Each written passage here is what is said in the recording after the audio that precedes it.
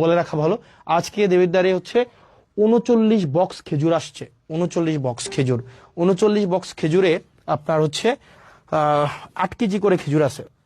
মানে এগুলো হচ্ছে গভর্নমেন্ট দেয়, মানে বিভিন্ন জায়গা থেকে এগুলো নিয়ে আসে।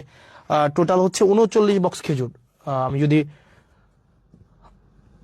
39 বক্স খেজুর, 39 × 8, তাহলে কয় কেজি খেজুর? 8 নং 72-এর 2, হাতে আছে 7, 3 × 8 = 24, সাথে হচ্ছে 31, 312 কেজি খেজুর আসছে। ভুল হয়েছে নাকি? ঠিক আছে না? হ্যাঁ, 8 নং 72-এর 2, 7, 3 × 24-এর সাথে 31, হ্যাঁ ঠিকই তো আছে। 312 কেজি খেজুর আসছে। 12 কেজি খেজুর 15টা ইউনিয়নের যেই হচ্ছে মাদ্রাসাগুলো আছে, মাদ্রাসাগুলোতে হচ্ছে ভাগ করে দিবে, হয়তো 3 কেজি করে হয়তো পাইতে পারে আর কি। তো এই খেজুর কিছুদিন পরে কুরবানিকে সামনে রেখে উটের মাংস, দুম্বার মাংস এগুলো আসবে।